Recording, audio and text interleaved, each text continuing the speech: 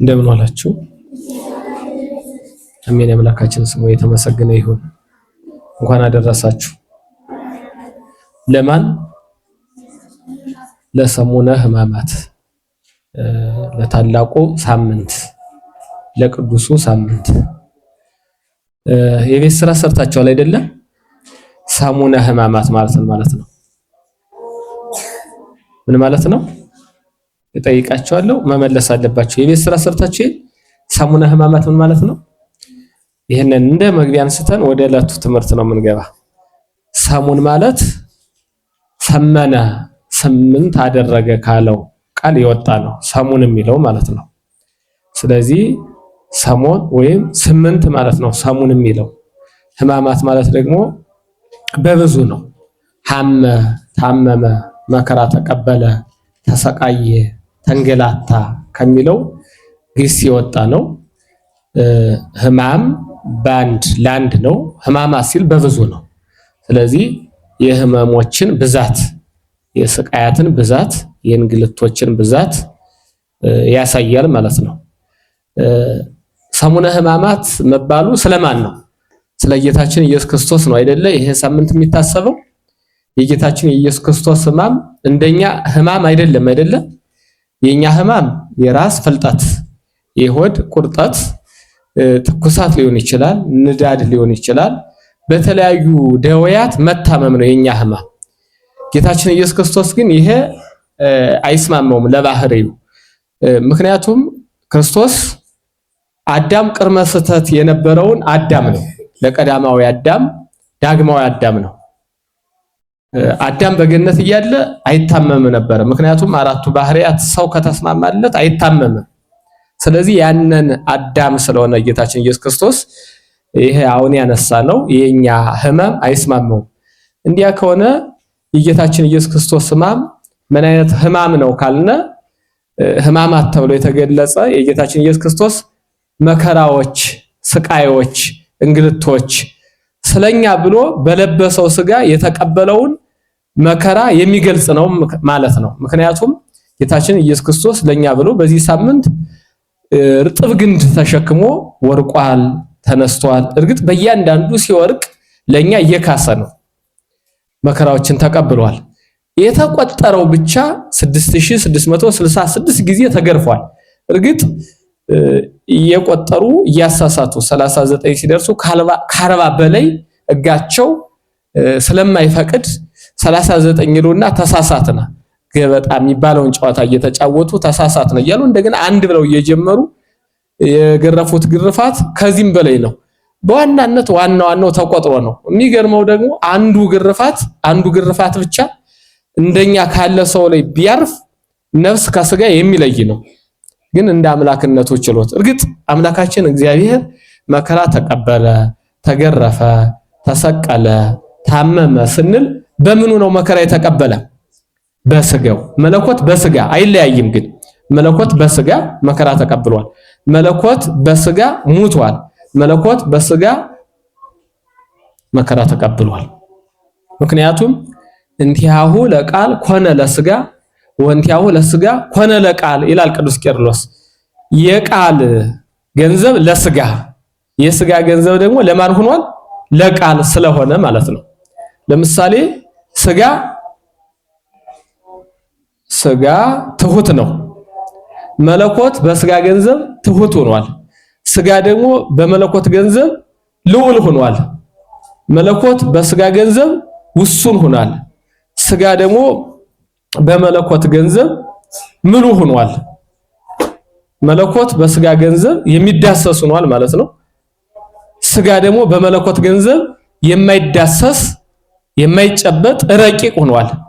ስጋ ውሱን ነው፣ ግን ቃል ሲዋሃደው በዓለም ሞልቷል ማለት ነው። ምሉ ሆኗል። ስለዚህ የስጋ ገንዘብ ለመለኮት ሆኗል፣ የመለኮት ገንዘብ ለስጋ ሆኗል። ስለዚህ ታመመ ስንል አዋህደን ነው። መለኮት በስጋ ገንዘብ ነው የታመመና ሕማማት ስንል አንደኛ ስለ ክርስቶስ መከራ እናስባለን። በሁለተኛ ደረጃ ደግሞ 5500 ዘመን አዳም እስከ ልጆቹ ድረስ ይቀበል የነበረውን መከራ በባርነት የነበረበትን በሲኦል የነበረበትን ባርነት በዲያብሎስ ምክንያቱም ሰው እንዲገዛ ነው የተፈጠረ። ግን በገንዛ ፈቃዱ እግዚአብሔርን ሲያፈርስ የሞት ሞት ሙቶ አዳም ገብሩ ለዲያብሎስ ሔዋን አመቱ ለዲያብሎስ። አዳም የዲያብሎስ ባሪያ ነው፣ ሔዋን የዲያብሎስ ባሪያ ናት ብለው ወደው ፈቅደው በፈቃዳቸው ባሪያ ሆነዋል። ስለዚህ ከአዳም ጀምሮ ያሉ በሙሉ ነቢያት ሳይቀር ደጋጎቹ ሳይቀር ሞት ገዝቷቸዋል፣ እስከ ክርስቶስ ድረስ ማለት ነው ገዝቷቸዋል። ነቢያት እርግጥ ነፍሳቸው በደ እግዚአብሔር ለመያዝ በቅታለች፣ በሲኦል ሆና በደ እግዚአብሔር ለመያዝ በቅታለች። ግን ከዚያ ከሲኦል ማምለጥ አልቻሉም። ሁሉም ነቢያቱ፣ ካህናት፣ መስዋዕት ያቀረቡት ደጋጉ እና አብርሃም ሳይቀር ወደ ሲኦል ወርደዋል። ምንም በሲኦል ውስጥ ይሄ ስቃዩ መከራው የእሳቱ የማይጠፋው እሳት መከራው ባያገኛቸው በደ እግዚአብሔር ቢያዙ መከራው ግን አግኝቷቸዋል። ለዚህ ነው እነ ኢሳይያስ ጽድቃችን እንደ መርገም ጨርቅ ሆነ እያሉ ነቢያቱ ጮህን ነገር ግን እንዳልጮህን ሆን እያሉ መስዋዕት አቀረቡ። ወደ እግዚአብሔር አንሰ ኃይለከ ወነአድነን እያሉ ክንድን ላክና አድነን ና እያሉ ተማጸኑ። ፈኑ እድየከ እያሉ ጌታችን ኢየሱስ ክርስቶስ ወደዚህ እንዲመጣ እንዲያድናቸው መስዋዕት አቀረቡ። በቀን ብዙ መስዋዕት አቀረቡ። መስዋዕቱ ሁሉ የሥጋ ደዌ ለጊዜው ከማራቅ ውጭ የነፍስ ደዌ ማራቅ አልቻለም። የነፍስን መከራ ማስወገድ አልቻለም። ስለዚህ ያንን ለማስወገድ ነው አምላካችን እግዚአብሔር ወደዚህ ዓለም የመጣና ኦሪትን ስናስብ ጽርሐ ነቢያትን እያሰብን ነቢያትን ሆነን 5500 ዘመን በጨለማ የኖሩትን እነሱን ሆነን ነው የምናስብ። እሺ ይሄን ሳምንት ስናስብ የድንግል ማርያምንም አዘን እያሰብን ነው የምናስበው። ይሄንን ሳምንት ድንግል ማርያም አንድ ልጇ መከራ ተቀብሎ ግብጽ በረሃ ለበረሃ የተሰደደችለት ልጇ 30 ዓመት አብሯት የነበረው ልጇ ፈጣሪዋ ነው። እሱ መሰቀሉን እያየች ወደ መቃብር መውረዱን እያየች ያዘነችውን አዘን ያለቀሰችውን ልቅሶ እያሰብን እኛም ይሄንን ሳምንት መከራውን መከራ አድርገን መከራ ስናደርግ ደግሞ ከክብሩ ስለምንሳተፍ ማለት ነው። ቅዱስ ጴጥሮስም ሌሎቹም እነ ቅዱስ ቄርሎስ ይሄ የክርስቶስን መከራ ክብር ጌትነት ብለው ጠርተውታል። ወስባታ ቅዱስ ጴጥሮስም ቄርሎስም ይሄንን እጅ አድርጎ ተናግሮታል። የልጁን መከራ የልጁን ስቃይ ክብር ጌትነት ብሎ የጠራ እግዚአብሔር አብ የተመሰገነ ይሁን ብሎ ምክንያቱም በጌታችን በኢየሱስ ክርስቶስ መከራ ስለሆነ እኛ ክብር ያገኘን የከበርን ወደ ቀደመ ማንነታችን ወደ ቀደመ ልጅነታችን ወደ ቀደመ ርስታችን ወደ ገነት የተመለስ በሱ መከራ ስለሆነ ስለዚህ መከራውን ስናስብ ከክብሩም እንሳተፋለን ማለት ነው። እነ ቅዱስ ጳውሎስም እንደነገሩን ከመከራው ስንሳተፍ ከክብሩ እንሳተፋለን። ስለዚህ የነን ሳምንት ያን ሁሉ እያሰብን ነው። በነገራችን ላይ ትናንትና ቀኑ ማን ነበረ? እሁድ ነው አይደለ? በዓሉ ማን ነበረ? ሆሳዕና። የትናንትናዋ ቀን ራሱ ከሁለት ትከፈላለች። ሰርሖተ ሕዝብ የሚባለው አለ አይደለ? እቱ በሰላም እስከሚባል እስከ 5 ሰዓት እስከዚያ ያለው ሰዓት ወደ አለፈው ይሆንና ከዚያ በኋላ ያለው ሰዓት ግማሽ ሰዓት ብሎ ይያዛል። ግማሽ ቀን ሆኖ ማለት ነው። ግማሽ ቀን ሆኖ ይያዛል። እዚያ ዛሬ ሰኞ አለ፣ ማክሰኞ 2፣ ሮብ 3፣ ሐሙስ 4፣ 45 ስለዚህ 5 እና ግማሽ ቀን 5 ቀን ተኩል ይሆናል አይደለ? አምላካችን እግዚአብሔር አዳም ትእዛዙን ሲተላለፍ ምን ብሎ ቃል ኪዳን ገብቶለት ነበር?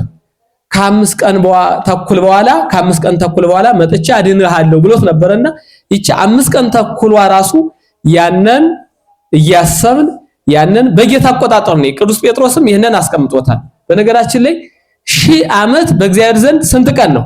1 ቀን። ቅዱስ ጴጥሮስም አስቀምጦ በዳዊት መዝሙርም ይተረጎማል። ስለዚህ ያንን እያሰብን ይሄንን ሳምንት የምናስበው ነገ በራሱ ሐሳብ እንድበታለን። ስለዚህ እንዲህ ካልኩ ወደ ዛሬው ቀን ነው የምንሄድ። ወደ ዛሬው ቀን ዛሬ የቤት ስራ ለመስራት ሞክራችኋል። እሱን ነው የምንሰራ። ወይ ሌላ ይኩን እንከ ፍሬ ኑስቴትኪ ለዓለም ለዘላለም ፍሬ ይገኝብሽ የሚል ቃል በቅዱስ ማቴዎስ ወንጌል ምዕራፍ 21 ቁጥር 19 ላይ እናገኛለን። የትምህርታችን ርዕስ የሚሆነው እየሰማችሁ ነው አይደለ? የሚያወራ ሕፃን መጨረሻ ስለምጠይቅ አይቻልም። እሺ፣ ፍሬ አልባዋ ዛፍ በሚል ርዕስ ነው የምንማማር። ምን አልኳችሁ? ፍሬ አልባዋ ዛፍ። ፍሬ የሌለው ዛፍ አለ አይደለ? ግን የትኛውም ዛፍ ፍሬ አልባ ሊሆን አይችልም። ምክንያቱም ፍሬ የሌለው ዛፍ ከሆነ እንዴት ሊገኝ ይችላል? በቀድሞ ተፈጥሮ እግዚአብሔር አስገኝቶታል። ከዚህ በኋላ ግን እንደ ሰው ከአባት ከእናቱ እንደሚገኝ ዛፎቹም እጽዋቶች ያብባሉ፣ ፍሬ ያፈራሉ፣ እንዲያሉ ነው የሚቀጥሉ። ዛሬ የምናየው ፍሬ አልባ ስለሆነችው ዛፍ ነው። ይቺ ዛፍ መጨረሻዋ ማን እንደሆነች ወደኛ ትመጣለችና እናያለን። ቅድም እንደነገርኳችሁ ቃሉን የምናገኘው በቅዱስ ማቴዎስ ወንጌል ምዕራፍ 21 ቁጥር 19 ላይ ነው።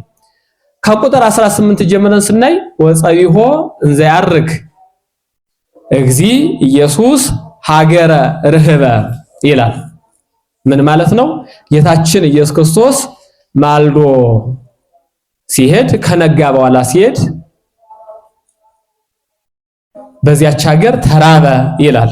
ማልዶ ሲሄድ ልብ በሉ።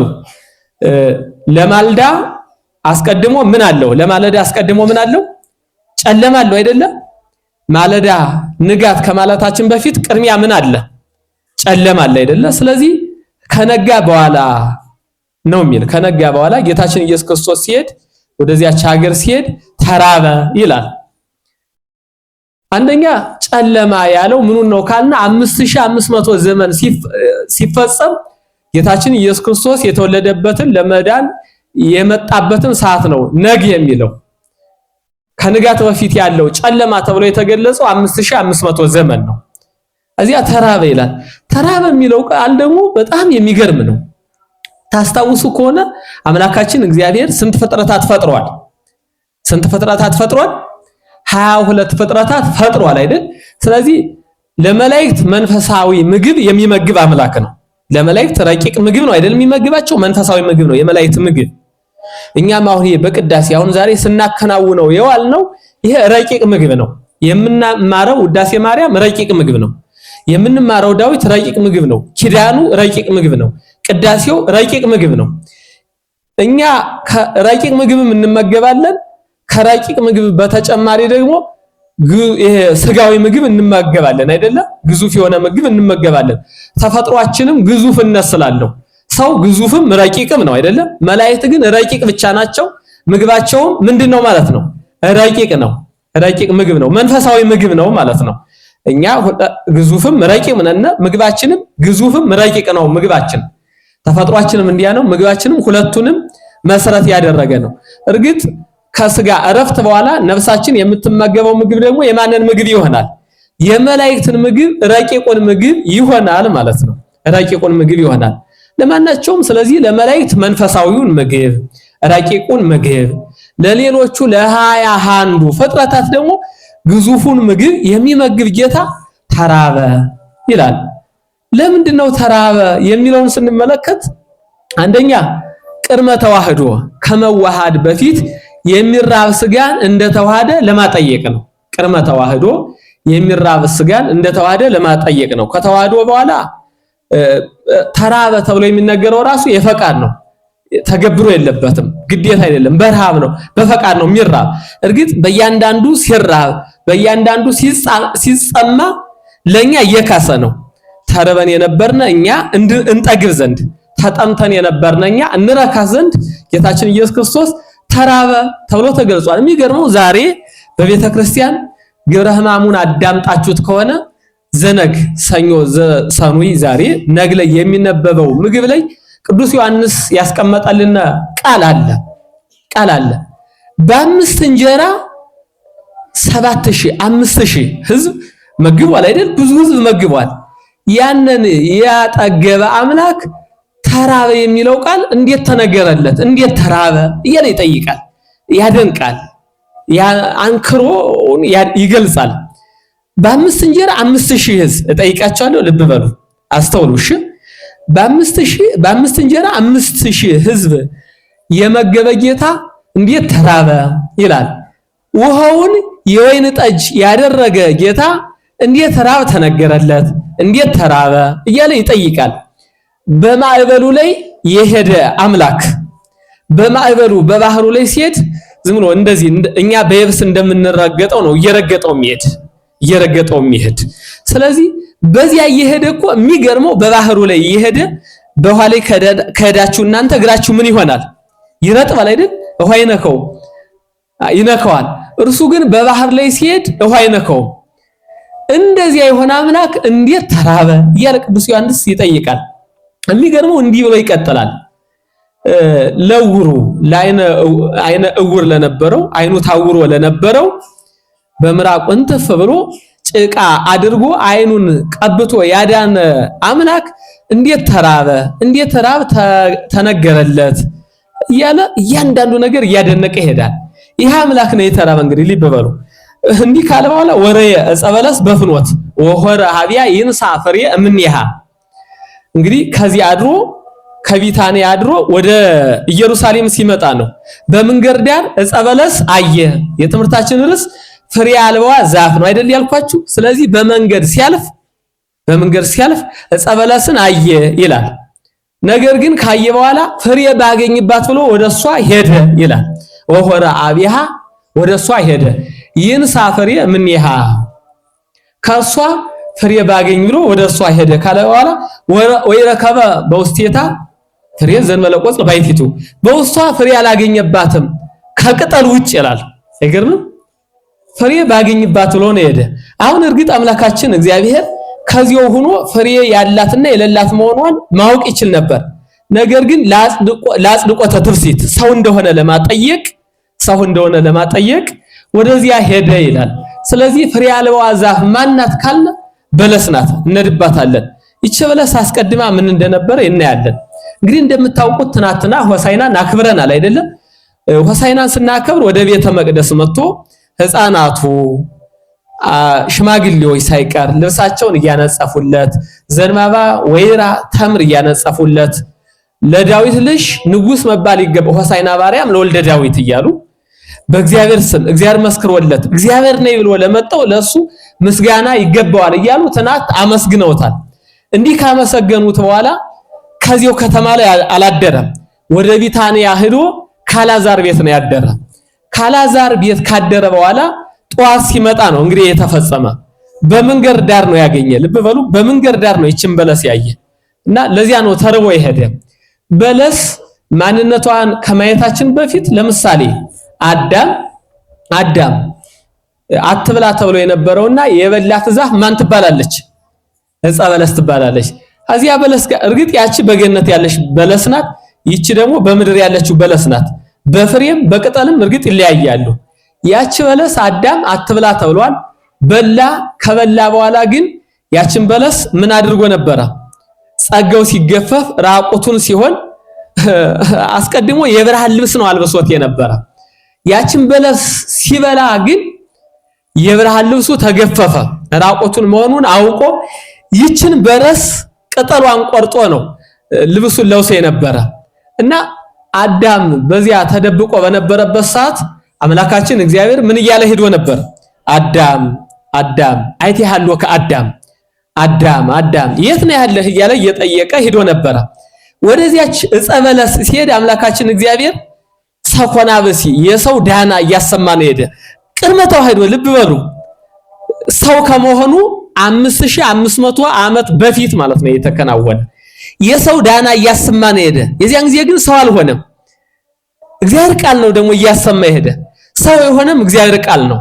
ስለዚህ ወዴት ነህ ሲለው ራቁቴን ስለሆንኩ ፈራው፣ አትብላ ያልከኝን በልቼ ራቁቴን ስለሆንኩ ዕፀ በለስ ቅጠል ተሸፍኜ ተቀምጫለሁ ነው ያለው። ልብ በሉ አሁንም ሰው ሆኖ አዳምን ለማዳን መጥቶ ተርቦ ፍሬ የፈለገባት ዛፍም ማናት ማለት ነው? ዕፀ በለስ ናት። ስለዚህ በአጭር እንዲህ ከሆነ እንሄዳለን ወደፊት። በለስ ፍሬ አልባዋ ዛፍ ማናት የሚለው በአጭር ነች። ፍሬ አልባዋ ዛፍ ማናት ብለን ስንሄድ በመጀመሪያ ደረጃ የምናገኝ ፍሬ አልባ ሆና የተገኘች እስራኤል ናቸው።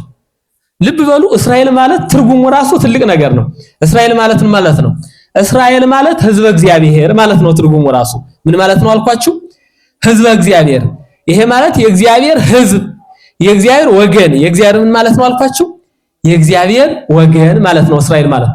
ሁለተኛ ትርጉሙ እስራኤል ማለት ህሊና ዘይርአዮ ለእግዚአብሔር። እስራኤል ማለት እግዚአብሔርን ማየት የሚችል ህሊና ያለው ማለት ነው።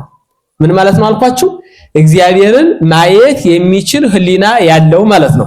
ምክንያቱም ሰው ሆኖ እግዚአብሔርን ማየት የማይችል ህሊና ያለው አለና። ለምሳሌ በጣዖት አምልኮት የሚኖር ሰው እግዚአብሔርን የሚያይ ህሊና የለውም። በኃጢአት ውስጥ የሚኖር ሰው እግዚአብሔርን የሚያይ ህሊና የለውም። ህጉን የማትፈጽሙ ከሆነ ለምሳሌ እኔና እናንተ ህጉን የማንፈጽም ከሆነ እግዚአብሔርን የሚያይ ህሊና የለንም ማለት ነው። ፍቅር ከሌለን እግዚአብሔርን የሚያይ ህሊና የለንም ማለት ነው። እግዚአብሔርን የሚያይ ህሊና ያለው ሰው አንደኛ እግዚአብሔርን ይጠብቃል። አድርግ ያለውን ያደርጋል፣ አታድርግ የተባለውን ያደርጋል። ፈጽም የተባለውን ይፈጽማል፣ አትፈጽም የተባለውን ይፈጽማል። ፍቅር ይኑርህ ተብሏል፣ ፍቅር ይኖረዋል። ሰላም ይኑርህ ተብሏል፣ ሰላም ይኖረዋል። አትዘሙት ተብሏል፣ አይዘሙትም። ንጽህናን ቅድስናን ገንዘብ አድርግ ተብሏል፣ ገንዘብ ያደርጋል። መታዘዝን ገንዘብ አድርግ ተብሏል፣ መታዘዝን ገንዘብ ያደርጋል። ስለዚህ ህሊና ያለው ሰው እግዚአብሔርን ያያል። ህሊና አላችሁ አይደል እናንተ? እርግጥ ህሊና ወፍራም ህሊና አለ፣ ቀጭን ህሊና አለ። ወፍራም ህሊና ያለው ሰው እግዚአብሔርን አያይም። ቅጥነተ ህሊና ያለው ሰው ግን እግዚአብሔርን ያያል።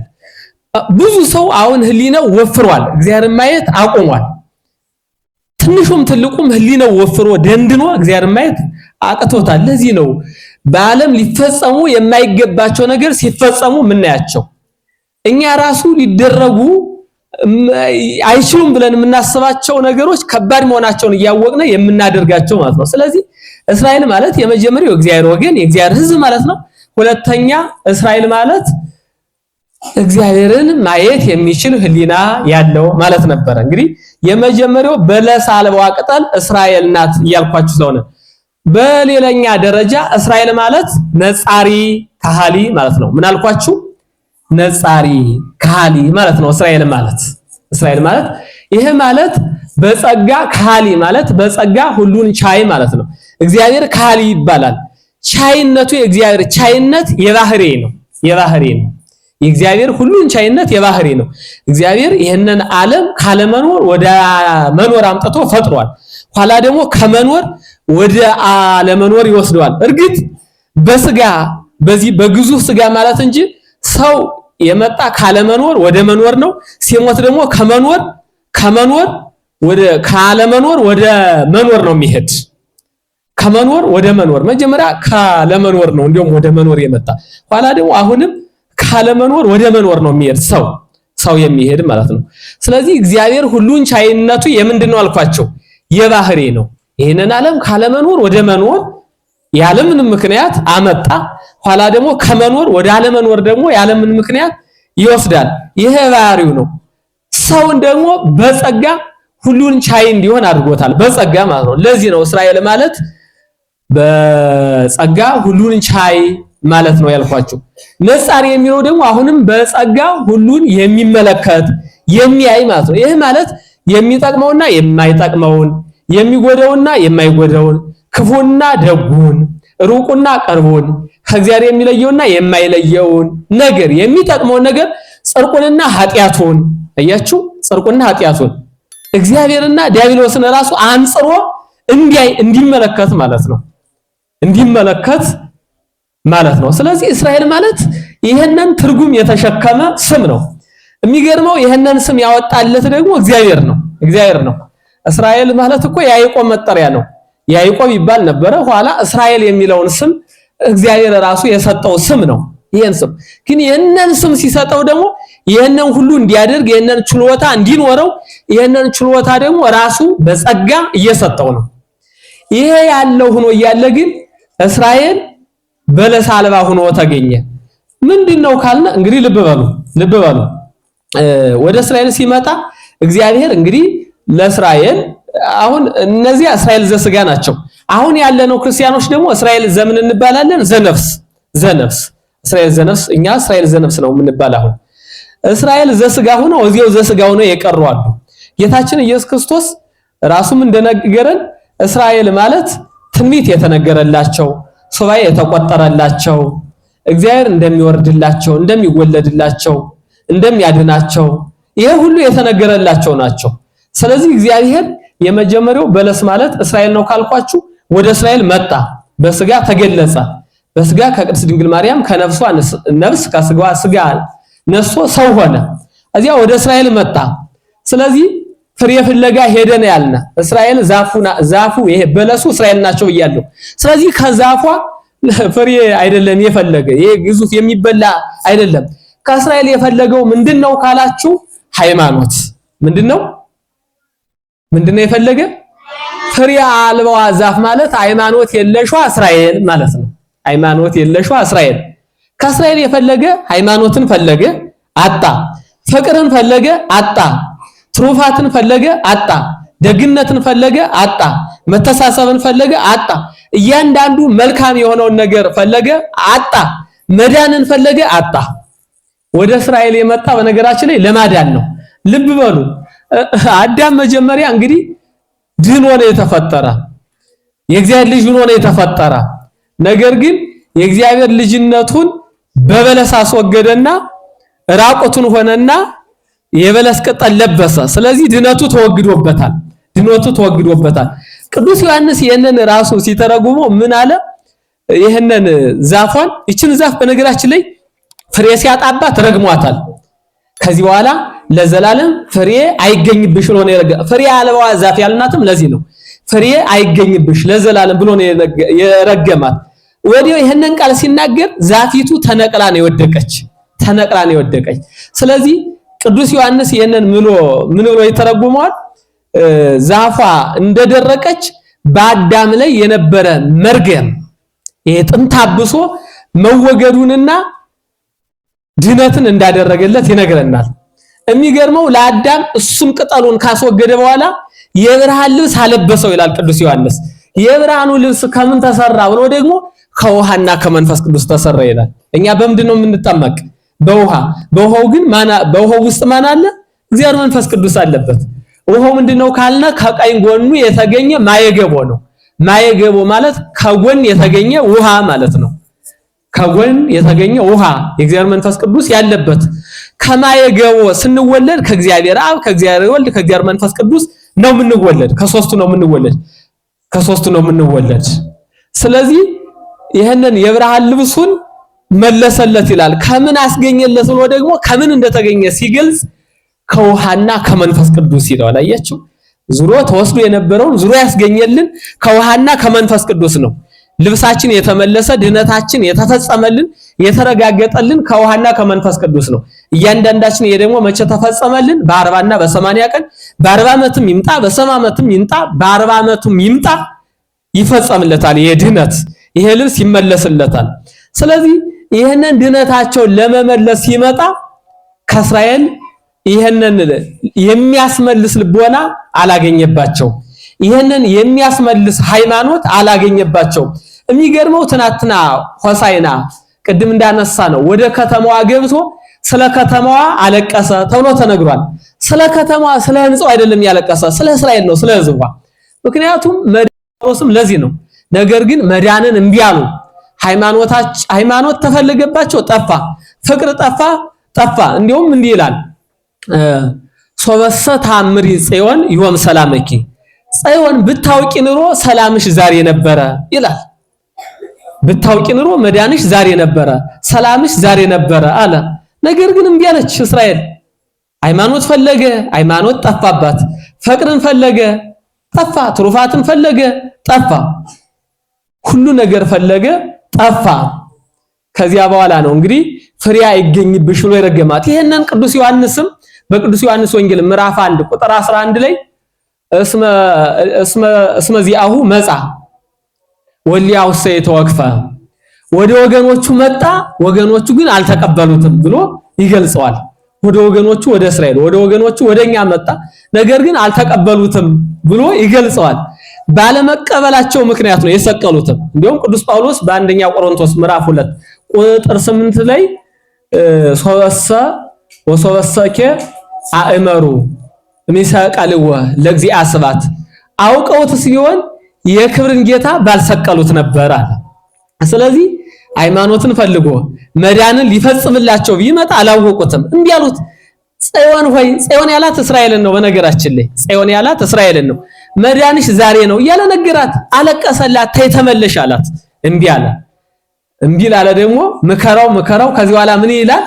መከራው ይምከራውና እስራኤል እምቢ በማለታቸው እቺ ዛፍ ተነቃቅላ እንደወደቀኝ በነገራችን ላይ ያው ነው እስራኤል ራሱ በ70 ዓመተ ምህረት እንዳልነበረችውና ጠፍታ እንግዲህ አሁን ነው እንግዲህ በ1948 አይደለ እንደገና የተመሰረተች። አሁንም ተመስርታ በነገራችን ላይ እስራኤል ሰላም የላትም። አሁን እናንተ የእያንዳንዳችሁ የእናት አባታችሁ ቤት እንደዚህ ቤት ነው። በውስጥ የሆነ ዋሻ የሆነ ነገር አለው የለውም? ለምን? ሰላማችን እግዚአብሔር ስላደረግነ። እስራኤል ግን አሁንም አገር ገንብተው በውስጥ ግን መደበቂያ እንደ ቀበሮ ዋሻ አላቸው። በቴክኖሎጂ በተለያየ ነገር በመሳሪያ ረቀው ያንን ራሱ አያምኑትም ያድናቸው። ምክንያቱም ምን ተብለዋል?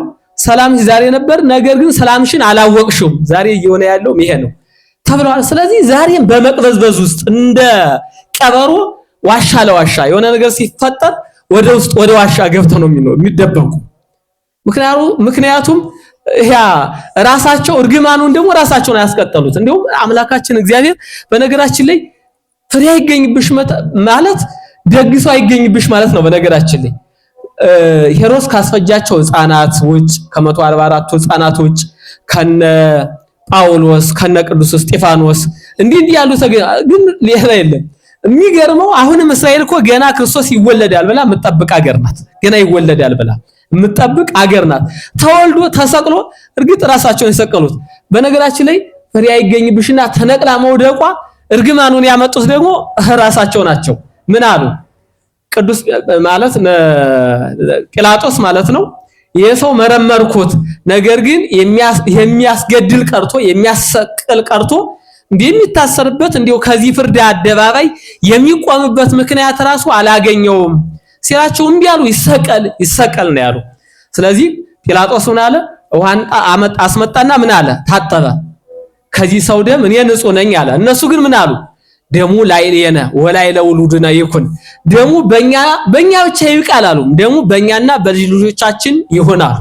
ስለዚህ እስከ ልጅ ድረስ የቀጠለ ደም የቀጠለ ፍሬ አልባነት ነው ማለት ነው። ፍሬ አልባነት። ስለዚህ የመጀመሪያዋ ፍሬ ያልተገኘባት ሃይማኖት ያልተገኘባት ምግባር ያልተገኘባት ደግነት ያልተገኘባት መዳንን እዞላት የመጣውን ጌታ እምቢ ብላ የሰቀለች መዳንን የገፋች በለስ የተባለች ፍሬ አልባዋ ዛፍ እስራኤል ናት ማለት ነው። በሁለተኛ በለስ ማናት ካልን ሕገ ኦሪት ናት። ማናት አልኳችሁ? ሕገ ኦሪት። ሕገ ኦሪትን አምላካችን እግዚአብሔር ሲመጣ ኦሪትና ነቢያትን ልሽር አልመጣሁም ብሏል አይደለ? አልሻራትም። ነገር ግን የሻረው መስዋዕቱ በግ ላም ነበረ፣ እሱ ተሽሯል። መስዋዕቱ ማን ሆኗል? ራሱ ሆኗል። መስዋዕቱ ራሱ፣ መስዋዕት አቅራቢው ራሱ፣ መስዋዕት ተቀባዩም ራሱ መሆኑን ቅዱስ ዮሐንስ ነግሮናል። ራሱ መስዋዕቱ ነው፣ ራሱ መስዋዕቱ ነው፣ ራሱ መስዋዕት አቅራቢው ነው። ራሱ ከራሱ ጋር እኛን አስታርቆ ከእግዚአብሔር ጋር አብ ጋራ ከእግዚአብሔር መንፈስ ቅዱስ ጋራ ራሱ አስታርቆናል ማለት ነው። መስዋዕቱ ራሱ ሆኖ፣ መስዋዕት አቅራቢው ራሱ ሆኖ፣ መስዋዕት ተቀባዩም ራሱ ሆኖ። ለምሳሌ የብሉይን ሊቀ ካህናት ብናይ መስዋዕቱ ላም፣ በሬ፣ በግ ነው። መስዋዕት አቅራቢው ደግሞ ሊቀ ካህናት ነው። መስዋዕት የሚያቀርብ ደግሞ ወደ እግዚአብሔር። የሚገርመው መስዋዕት አቅራቢው ራሱ ከኃጢአት ነፃ አልነበረም። ራሱ ኃጢአተኛ ነበረ። አምላካችን እግዚአብሔር ደግሞ ራሱ ኃጢአት የሌለበት በአንደበቱ ሐሰት በልቦናው ክፋት ተንኮል የሌለበት ንጹህ በግ ንጹህ መስዋዕት ነው ማለት ነው። ስለዚህ ነቢያትና ኦሪትን አልሻረም፣ ነገር ግን ድነት አላደረገባትም። አይታችሁ ከሆነ ይች በለስ የበቀለች የተገኘች ከመንገድ ዳር ነው አይደለም? ስለዚህ ሕገ ኦሪትም መንገድ ማደሪያ ቤት ሊሆን አይችልም አይደለም? መንገድ መኗሪያ አይሆንም። ለምሳሌ በመንገድ አትኖሩም እናንተ። በመንገድ ወደ የት ትሄዳላችሁ? ወደ ቤታችሁ ነው የምትሄዱ። በመንገድ ወደ ቤታችን እንደምንኖር ሁሉ መንገድ ኦሪት ናት፣ መዳኛ አልሆነችንም ማለት ነው። ወደ ቤታችን ወደ ወንጌል ግን አሸጋግራናለች። የኛ የክርስቲያኖች ቤታችን ማናት? ቤታችን ማናት አልኳችሁ? ወንጌል። ቤታችን ማን ነው? ክርስቶስ። ቤታችን ማን ነው? መንግስተ ሰማያት። አገራችን የት ነው? መንግስተ ሰማያት። አገራችን ራሱ እግዚአብሔር ነው። አገራችን ራሱ እግዚአብሔር ነው። በነገራችን ላይ የእግዚአብሔር አገር ማናት? በዚህ ምድር ልጠይቃችሁ፣ ማናት? ድንግል ማርያም ናት። እኛም የእግዚአብሔር አገሮች እንባላለን። በማደሪያ ናት። ነኪር ነገሩ በእንቲአኪ ኦ አገረ እግዚአብሔር ይላታል እመቤታችን። የእግዚአብሔር ማደሪያ ሆይ በአንቺ የተደረገው ነገር ድንቅ ነው አለ። በዓለም ተደርጎ የማያውቅ ሊደረግ የማይችል እንኳን ሊደረግ ይቅርና ሊታሰብ የማይችል ድንቅ ነገር በእመቤታችን ተደርጓል። ምክንያቱም ሰማያዊው እግዚአብሔር ቃል ማደሪያ ያገኘ እርሷን ብቻ ነው። እግዚአብሔር እኮ ከሰማይ ሆኖ ሻ መረመረ። የረቡዕ ውዳሴ ማርያም ላይ አታስታውሱ? ሻ መረመረ አስተንፈሰ ዋጼ ነው ወይረከበ ዘከማኪ። ሻ በምስራቅም በምዕራብ ነጸራ አብ እምሰማው የረከበ ዘከማኪ። እግዚአብሔር አብ በሰማይ ሆኖ ወደ ምስራቅ ወደ ምዕራብ ወደ ሰሜን ወደ ደቡብ ተመለከተ። ነገር ግን እንዳንቺ ያለ በንጽህና በቅድስና በምግባር አሸብርቆ ተውቦ የተገኘ የለም ብሎ ይነግረዋል። ስለዚህ እመቤታችን የእግዚአብሔር ማደሪያ ትባላለች። እኛም ሕጉን ስርዓቱን ጠብቀን የምንገኝ የእግዚአብሔር ማደሪያዎች ነን። እኛ ደግሞ ተመልሰን ደግሞ አገራችን እግዚአብሔር ይሆናል። አገራችን እግዚአብሔር ነው። እግዚአብሔር በእኛ አድሮ ይኖራል በረድኤት ማለት ነው። እኛ ደግሞ አገራችን ማን ይሆናል? እግዚአብሔር ይሆናል ማለት ነው። ስለዚህ ኦሪት በመንገድ እንደማይታደር ሁሉ ሁለተኛ በለስ ፍሬ አልባ በለስ ማናት ያልኳችሁ ኦሪት ናት። ለምን ካል በሷ በመንገድ እንደማይኖርበት እንደማይታደርበት ሁሉ በኦሪት ድነት አልተገኘም። ኦሪትን ሲያዋት የምታልፍ አትመስልም ነበር። ሰፍና ገና ነበር። ያ ሁሉ መስዋዕት ይቀርባል፣ ያ ሁሉ ስብ ይጤሳል። ነቢያቱ ትንቢት ተናገሩ፣ አለቀሱ፣ ብዙ ነገር ተደረገ። ነገር ግን ሲያዋት ራሱ የምታልፍ አትመስልም። ነገር ግን አለፈች። በመንገድ ይታለፍበታል እንጂ እንደማይኖርበት፣ በመንገድ ይታለፍበታል እንጂ እንደማይታደርበት ሁሉ ኦሪት ማደሪያ አይደለችም። ማደሪያችን ወንጌል ነው። እርግጥ ወንጌል ደግሞ ማን ነው ካልና ራሱ እግዚአብሔር ነው። ወንጌል ተስፋ ደግሞ ጌታችን ኢየሱስ ክርስቶስ ትርጓሜ ወንጌል ላይ ተቀምጧል በብዛት ይሄ ሐሳብ ማለት ነው። ስለዚህ በሁለተኛ ደረጃ ፍሬ አልባዋ ዛፍ የተባለች ኦሪት ናት ማለት ነው። ይሄ ማለት ፍጹም ድነት ያልተገኘባት በኦሪት ለጊዜው ከመቅሰፍት ከተለያየ ከስጋ ደዌ ድነዋል እንጂ ድነተ ነፍስ ያገኘ አንድም የለም። ቅድም እንዳልኳችሁ እነ ነብዩ ኢሳይያስ ሳይቀር ደጉ አብርሃም ሳይቀር ሌሎቹም ነቢያት እነ ኤርምያስ በድንጋይ ተወግረዋል። እነ ኢሳይያስ በመጋዝ እንደ ግራንጣ ተሰንጥቀዋል፣ በኩላብ ተሰቅለዋል። 144 ሕፃናት በሰይፍ ታርደዋል፣ ሄሮድስ አርዷቸዋል። ሌሎችም ብዙ መከራ ተቀብለዋል። ነገር ግን በኦሪት የነፍስ ድነት አላገኙም። ያ ደግነታቸው ያ መልካም ስራቸው ለጊዜው በእግዚአብሔር እንዲያዙ አድርጓቸዋል። ኋላ ግን መንግስተ ሰማያት እንዲገቡ ምክንያት ሆኗቸዋል ማለት ነው። ስለዚህ ሁለተኛ በለስ የተባለች ፍሬ አልባዋ ዛፍ የተባለች ማናት ማለት ነው? ኦሪት ናት ማለት ነው። ሶስተኛ የምናያት ፍሬው አልባዋ ዛፍ ማናት ካልነ ኃጢአት ናት። ማናት አልኳችሁ? ኃጢአት። በአንጻረ በለስ ረገማ ለኃጢአት ይላል። በበለስ አንጻር ኃጢአትን ረገማት ተብሎ ተጽፏል። በምን አንጻር? በበለስ አንጻር። ያቺ ተነቅለሽ ሂጂ እንዳላት ሁሉ ኃጢአትንም አምላካችን እግዚአብሔር ይሄ ከአዳም ጀምሮ በዘር ይተላለፍ የነበረውን ጥንተ በደል ጥንተ አብሶ ይሄ 5500 ዘመን ሰውን ሁሉ ይዞ የነበረ በመንጸፈ ደይን እንዲወርቁ በእግረ አጋንንት እንዲረገጡ በባርነት እንዲኖሩ አዳም ገብሩ ለዲያብሎስ ሔዋን አመቱ ለዲያብሎስ ተብሎ ራሳቸው ወደው ፈቅደው ፈርመው በገቡት መሰረት ባሪያ ሆነው የነበሩት በዚያ እንዲህ ባሪያ እንዲወርዱ ያደረጋቸው ኃጢአት አምላካችን እግዚአብሔር አሳልፎታል ማለት ነው። በለሷ ደረቀች፣ ተነቅላ ወደቀች ማለት እንግዲህ በአዳም ምክንያት የመጣው ኃጢአት የሚያስዝ ሆነ አለፈ ማለት ነው። በምን ያለፈ ደግሞ በክርስቶስ ደም፣ በክርስቶስ መሰቀል፣ በክርስቶስ መከራ መቀበል፣ በክርስቶስ መውደቅ መነሳት ማለት ነው። በክርስቶስ መውደቅ መነሳት። ስለዚህ እንዲያውም በለስ እኮ የበለስ ቅጠል ምን ያህል ነው ቅጠሉ ታውቃላችሁ? ምን ያህል ይሆናል? በነገራችን ላይ የበለስ ቅጠል 15 ክንድ 12 ክንድ ይሆናል። ይሄ በምድር የምናየው በለስ አይደለም፣ በገነት ያለው ማለት ነው። 15 ክንድ 12 ክንድ ይሆናል። ኃጢአትም በዓለም ክርስቶስ ሲመጣ እንደዚህ ሰፍታ ነው ያገኛት። ያ ሰፊ ነው አይደል? ስፋቱን አያችሁ? ኃጢአትም ከምስራቅ እስከ ምዕራብ ከሰሜን እስከ ደቡብ ገና ሰፍታ ተስፋፍታ ሁሉን ገዝታ አገኛት፣ ሰፍታ አገኛት። ከዚያ በኋላ ይሄንን ነው እንግዲህ በአንጻረ በለስ ረገማል ኃጢአት ማለት በበለስ አንጻር ያችን በለስ ተነቀይ ፍሬ የሌለሽ ዛፍ ነሽና ከዚህ በኋላ ፍሬ አይገኝብሽ ማለት ከዚህ በኋላ ኃጢአት ጥንታ አብሶ በአዳም የመጣው ኃጢአት ሰውን መያዝ አችም ሲላት ነው። ሰውን መያዝ አችም፣ ሰውን ከዚህ በኋላ አትገዥም ሲላት ነው። የብቻ አይደለም በለስ በነገራችን ላይ የበለስ ፍሬ ጣፋጭ ነው። ጣፋጭ ነው አይደለም? የበለስ ፍሬ በጣም ጣፋጭ ነው። ኃጢአትም ሲሰሩት እኮ ይጣፍጣል አይደል? ግን ኋላ ፍዳ ሲያመጣ ኋላ መከራ ሲያመጣ ግን ያሳዝናል። ኋላ መረረ ገሃነመ እሳትን ሲያመጣ የገሃነምን መራራነት ሲሰጥ የገሃነም መራራ ሲያመጣ በጣም ኋላ ነው ፍዳው ሲመጣ። የመንግስተ ሰማያትን ጣዕም አስነጥቆናልና መንግስተ ሰማያት እኮ ጣዕሟ፣ ስኗ፣ ደም ግባቷ፣ ተርላ ደስታዋ፣ ብርሃኗ ልዩ እኮ ናት የመንግስተ ሰማያት ጣዕም። ያንን አሳጥቷል በጊዜያዊ ደስታ ማለት ነው። ለጊዜው ሲበሉት በነገራችን ላይ የበለስ ፍሬ ራሱ ሲበሉት ለጊዜው ነው ደስ የሚል እንጂ ቆይቶ ደግሞ ይጎመዝዛል። አሁን ስትበሉት ደስ ብሏችሁ ቆይቶ የሚጎመዝዝ ፍሬ የለም። ሌላው ይቅርና ማር አሁን ጣፋጭ ነው አይደለም? ግን ማር ትንሽ ያበላችሁ በኋላ አይሰለችም? አይሰለችም? ኃጢአትም እንደዚህ ነው።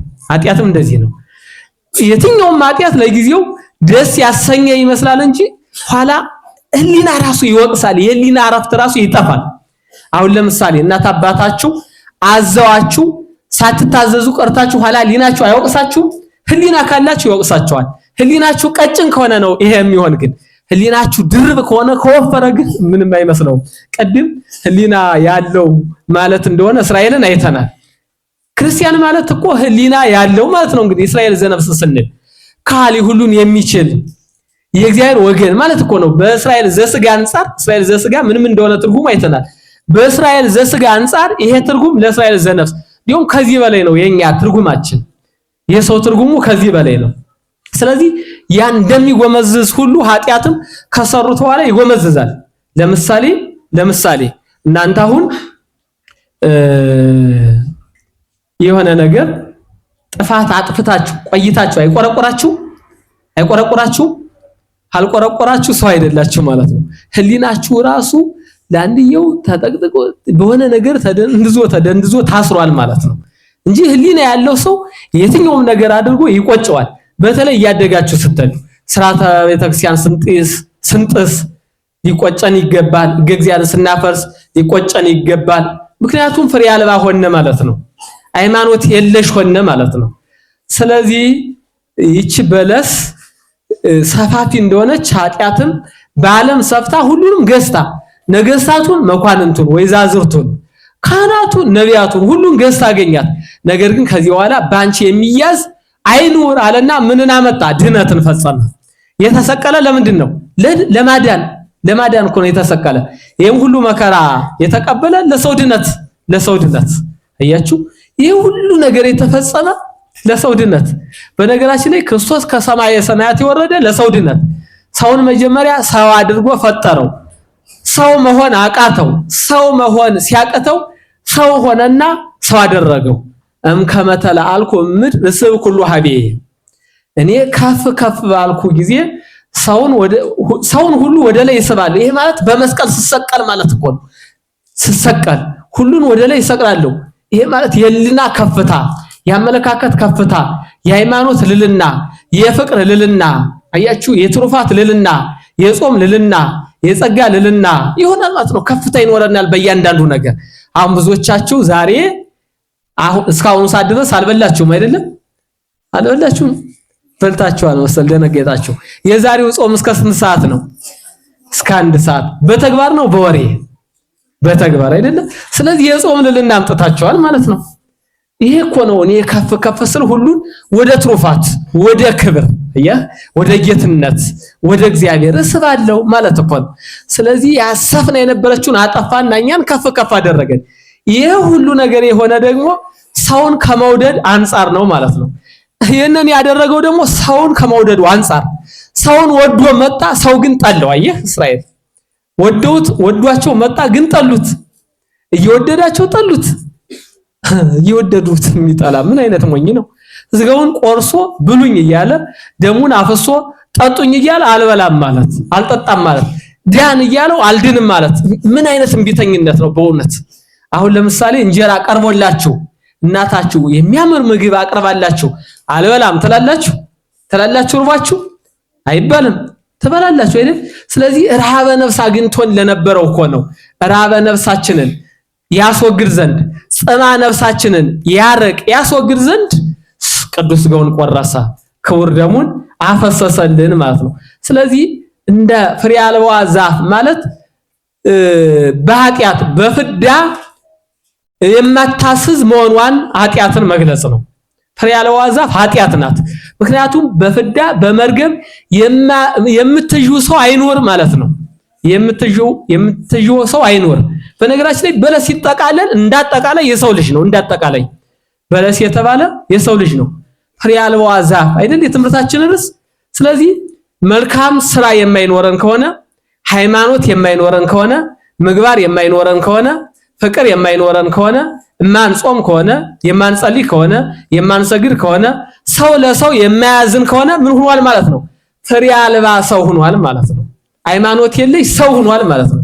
ሃይማኖት ያለው ሰው ለሰው ያዝናል። ሃይማኖት ካለው ምክንያቱም ክርስቶስ ለሱ ምን እንዳደረገለት ያውቃል። አየህ እርሱን ራሱ የገዛው ባላፊ ገንዘብ ሳይሆን በከበረ ደሙ ነው። አየህ አኮ በወርቅ ቅዱስ ያሬድ ይላል አኮ በወርቅ ኃላፊ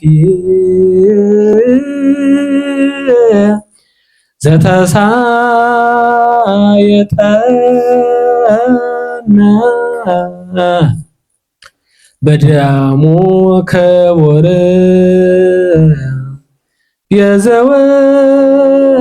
የዘወና ወለደነ በጥምቀቱ ለቅድስት ቤተ ክርስቲያን። አየህ አላፊ ጠፊ በሆነ በከበረ ዕንቁ የገዛን አይደለም በከበረ ደሙ ነው እንጂ።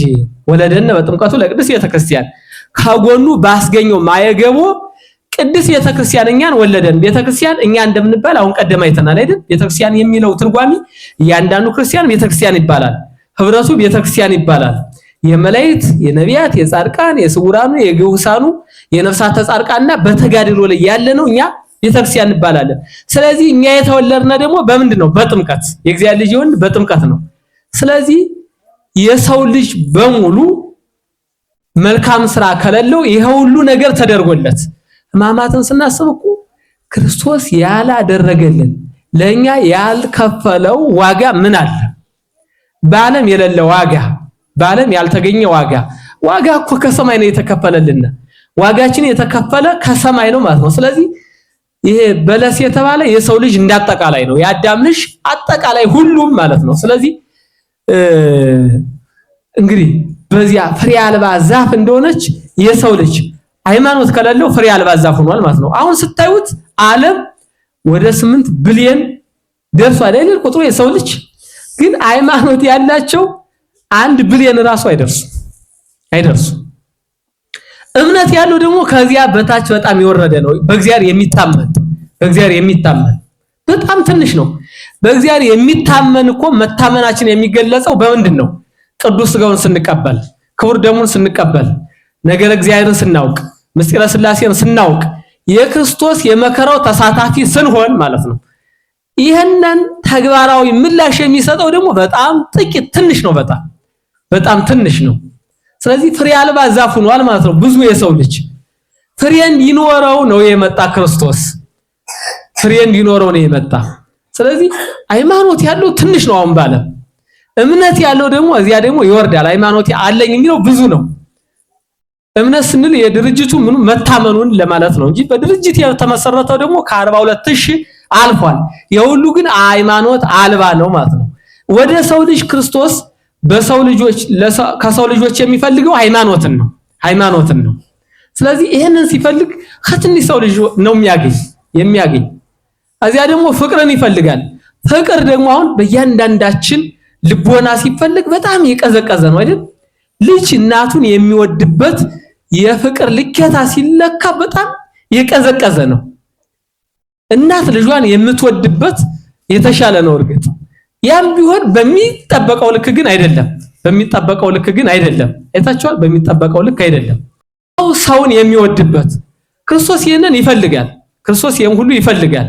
ነገር ግን አጥቷል ማለት ነው። ይሄንን የሚፈልግ ደግሞ እንዲድን ነው። ይሄንን የሚፈልገው እንዲድን ነው። አይታችኋል? ምን እንዲል ነው? እንዲድን። ክርስቶስ ይሄንን ከሰው ልጅ የሚፈልግ እንዲድን፣ ሃይማኖትን ፈለገ እንዲድን፣ ፍቅርን ፈለገ እንዲድን፣ ትሩፋትን ፈለገ እንዲድን ነው ሁሉ የተደረገ። ክርስቶስ ራሱ ከሰማየ ሰማያት የወረደ ምን እንዲል ነው? እንዲድን። የተሰቀለ የሰው ልጅ ምን እንዲል ነው? እንዲድን። የሁሉ መከራ ክርስቶስ የተቀበለ ምንድን ነው? ሰው እንዲድን። እያችሁ እምንጾም ምን ለማድረግ ነው? እንድንድን። የምንጸልይ ምን ልናደርግ ነው? እንድንድን። ሁሉ ነገር የምናደርግ ምን ለማድረግ ነው? እንድንድን። እስካሁን ሰዓት ኮከብ እስከሚወጣ ምንውል ለመዳን ነው። ኦርቶዶክስ ልጅ የሚወልድ ራሱ ለመዳን፣ ኦርቶዶክሳዊ ዘር ለማስቀጠል፣ የሚጾም ለመዳን፣ ቅዳሴ የሚቀደስ ለመዳን፣ ኪዳኑ የሚደረስ ለመዳን፣ ትርጓሜው የሚተረጎም ለመዳን፣ ወንጌል የሚሰጠን የሚሰበክልን ትምህርት የምንማር ለመዳን፣ ሁሉ ነገር የሚደረግ ሰው እንዲድን ነው። ለመዳን ነው የሚደረግ ሁሉ ነገር የሚከናወን። ሕማማትን ከሌሊቱ ሕማማቱ የሚባለው መጽሐፍ የሌሊትም የቀንም ስርዓት የያዘ ነው። የሌሊት 1 ሰዓት አለው፣ የሌሊት 3 ሰዓት ስርዓት አለው፣ የሌሊት 6 ሰዓት ስርዓት አለ፣ የሌሊት 9 ሰዓት ስርዓት አለ፣ የሌሊት 11 ሰዓት ስርዓት አለ።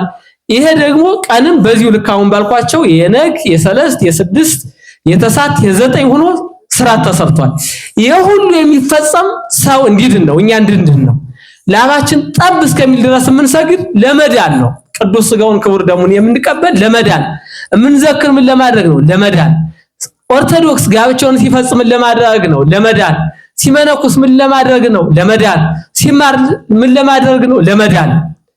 ክርስቶስ ለማዳን የሰውን ድነት ለመመለስ ድነቱን ለመፈጸም ክርስቶስ ወደ ሰው ልጅ መጣ። ግን የሰው ልጅ ምላሹ ምን ሆኖ ተገኘ? እንደዚያ ይዛፍ ፍሬ አልባ ሰው ሆኖ ተገኘ። ፍቅር ጠፋበት፣ ርህራሄ ጠፋበት። አሁን ይልቁንም በዚህ ዘመን ርህራሄ ክርስቶስ እኮ እኔ ርህሩህ ነኝና እናንተም ርህሩሃን ሁኑ በቅዱስ ማቴዎስ ወንጌል ምዕራፍ 11 ቁጥር 28 ላይ እኔ ርህሩህ እንደሆንኩ እናንተም ርህሩህ ሁኑ ብሎ ኑ ወደ እኔ ብሎ በኃጢአት ቀንበር ተይዘው የነበሩትን የኃጢአት ሸክም ተጭኗቸው የነበሩ ኑ ወደ እኔ ሸክሜ ቀላል ናት ቀንበሬ ልዝብ ነው ብሎ ራርቶ ሰዎችን ርህሪት ወደ ሆነችው ወንጌል ጠርቷል። ሰው በነገራችን ላይ እግዚአብሔር ርህሩህ እንደሆነ ሰው ርህሩህ እንዲሆን የተፈጠረ መስሎታል። ቅዱስ ጳውሎስ ተመሰሉ ኪያየ በከመ አነ እትሜሰሎ ለክርስቶስ።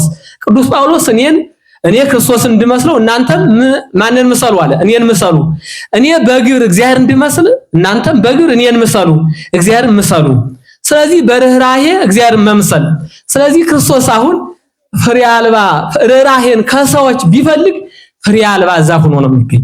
ርህራሄ የለው፣ መተሳሰቡ የለው፣ ፍቅር የለው። አንዱ ለአንዱ ርህራሄ ከማድረግ ይልቅ ወጥመድ ሰውን ለመጣል፣ ሰውን ለማጥፋት፣ ሰውን ለመግደል፣ የሰውን ደም ለማፍሰስ፣ ሰውን ጦም ለማሳደር፣ ሰውን ተገቢ ያልሆነ ነገር እንዲያገኙ ለማድረግ ሲሆን ነው የምናገኘው።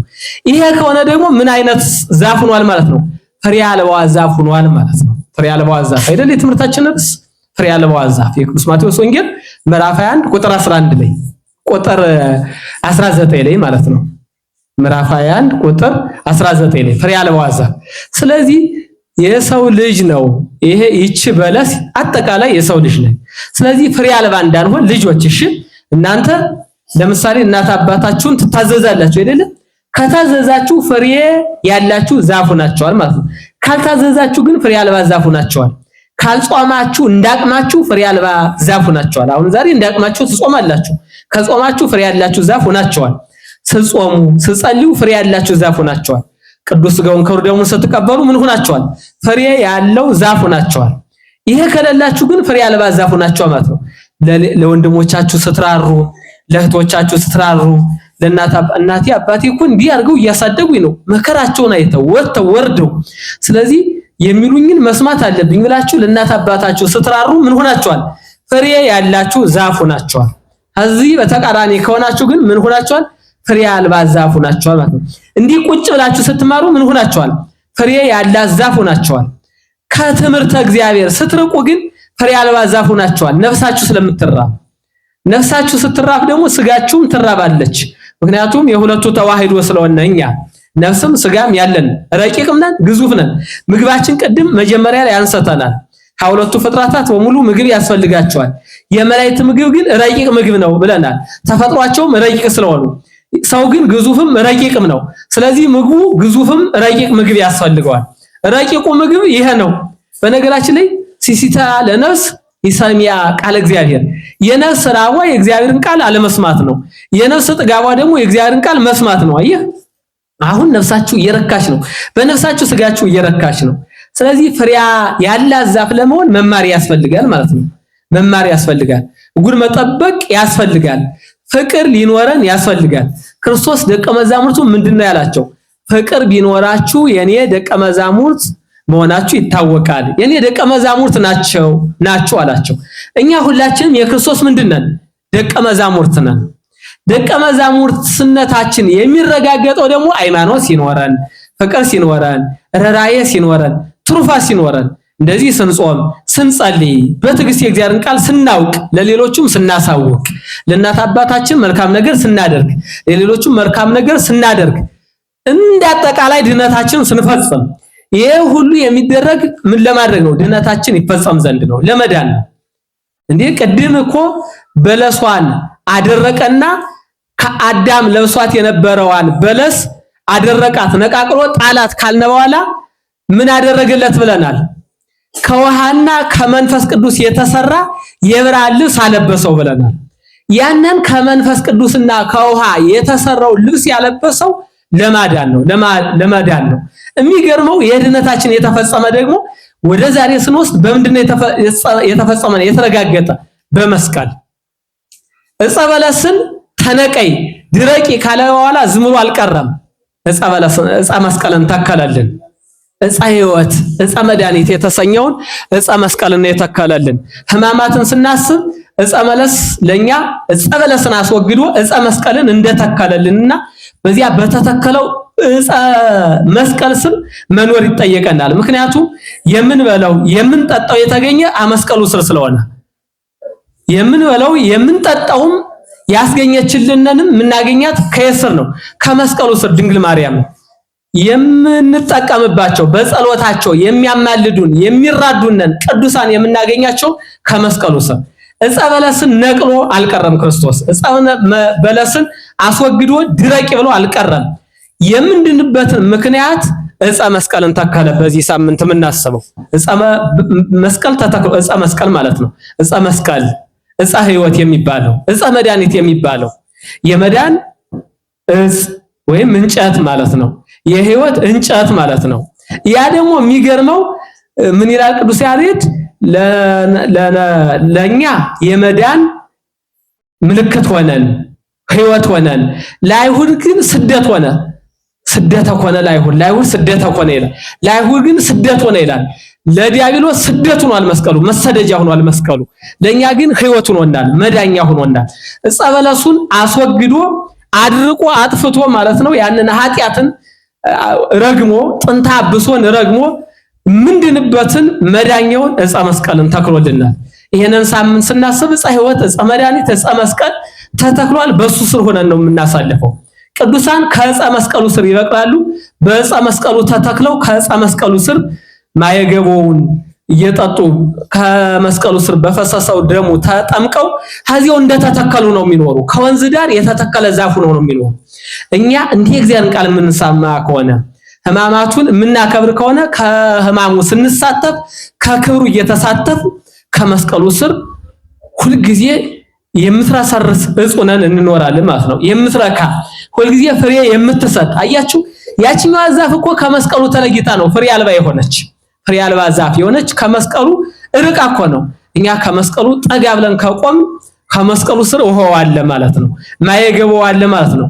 ውሃው ደግሞ ከመንፈስ ቅዱስ ጋር ተዋህዶ የተሰራ ውሃ፣ ያ ውሃ ደግሞ ለመዳን የሚያበቃ ውሃ ነው ማለት ነው። ስለዚህ ክርስቶስ ዕፀ በለሷን አስወግዶ ዕፀ መስቀል ዕፀ ሕይወትን ተክሎልናልና ከዕፀ መስቀሉ ስር ተተክለን በዕፀ መስቀሉ ስር አርገን በዕፀ መስቀሉ በዚያው ሕይወታችን ሆኖ እንድንኖር አምላካችን እግዚአብሔር ይርዳን። ሕማማቱን የምናከብረው በዚህ ልክ ነው። እሺ፣ ስለዚህ የትምህርታችን ርዕስ ምንድን ነበረ? ፍሬ አልባዋ ዛፍ። ፍሬ አልባዋ ዛፍ። ፍሬ አልባዋ ዛፍ አንደኛው እስራኤል እንደሆነ እንዴት እንደሆነ ፍሬ አልባዋ ዛፍ ኦሪት እንደሆነች ከመንገድ ዳር የተገኘችው በለስ ጋር አነጻጽረን አይተናል። ፍሬ አልባዋ ዛፍ ኃጢአት እንደሆነች ጥንታብሶ እንደሆነ መርገም እንደሆነ ያን እንዴት እንዳራቃለን። እንዳጠቃላይ ፍሬ አልባዋ ዛፍ የሰው ልጅ እንደሆነ አይተናልና የሰው ልጅ ደግሞ እያንዳንዳችን ሁላችንን ያችን ካደረቀ በኋላ ዕፀ ሕይወት፣ ዕፀ መድኃኒት፣ ዕፀ ፈውስ መስቀልን ተክሎልናል። ከዚያ ስር ተተክለን ዕፀ መስቀል ደግሞ ውሃ ላይ የተተከለ ነው። ስለዚህ ያ ውሃው ደግሞ የእግዚአብሔር ቃል ነው፣ የእግዚአብሔር ቅዱስ ሥጋ ነው፣ የእግዚአብሔር ክቡር ደም ነው፣ የተከፈለልና ዋጋ ነው እንዳጠቃላይና ያንን በዚያ ዋጋ ውስጥ ተተክለን በዚህ ውስጥ አድርገን በዚህ ውስጥ እንድንኖር አምላካችን እግዚአብሔር ይርዳን። ፍሬ አልባ ዛፍ ከመሆን አምላካችን እግዚአብሔር ይርዳን።